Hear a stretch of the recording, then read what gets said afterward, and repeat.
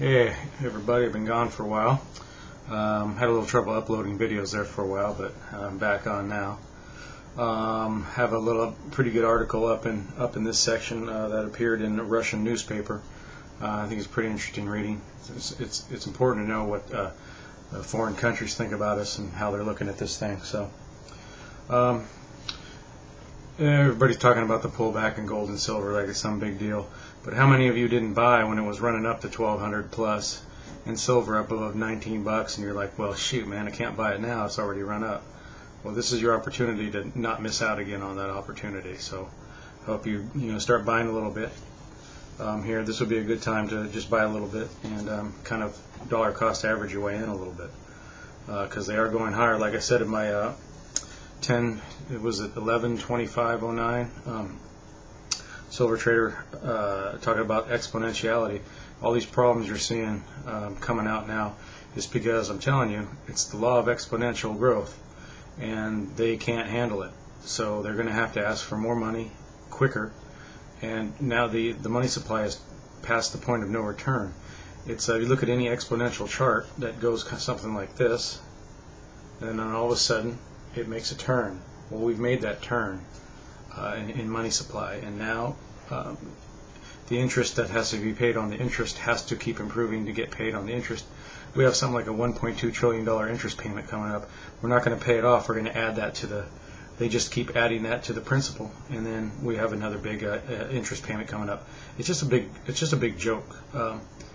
Dollar collapse is guaranteed here. It might take a little longer than you think it does, but everything real is going to go up, priced in dollars. They have to keep printing money, or the whole house of cards will collapse now. So it's kind of like a balloon. It's kind of like a balloon with a giant hole, a hot air balloon with a giant hole at the top. If they don't keep pumping in bigger and bigger amounts of hot air at the bottom, it simply can't even stay inflated, much less inflate from there. So they have an endless supply of hot air that they can push in, and it really is hot air that they can push in under that balloon. So they'll try to reflate the bubble, and we'll have inflation, and sooner or later they're going to run out of steam, and the balloon is going to break, and there will be massive deflation. So don't wait too long to sell the metal. It's a far cry off from selling now. There's no bubble in gold or silver. I mean, a bubble takes many years to and is very popular. Look at the tech bubble of '99, the late '90s. Look at the real estate bubble. Everybody's talking about. I mean, everybody was into real estate. Everybody. You talk about gold and silver to people, and no one knows what you're talking about. So don't tell me it's a bubble. They always talk about it being a crowded trade on TV. Well, yeah, crowded if you're only talking about the 100 or 200 major companies that invest in gold and silver. Yeah, maybe they're all in. But as soon as we start losing faith in the government, which is happening now, the real metal is going to be coming off, and you're going to find shortages around where you are. And pretty soon then, even the internet sites will be running out. So you won't be able to get silver at any price. So I suggest you get some silver in your hand. Anyway, check out the article, and I don't know if there are other things I don't know. I'm getting together with some guys here where I live, and we're going to start having, I don't know, meetings. I don't know how often, maybe once a week, once a month, whatever.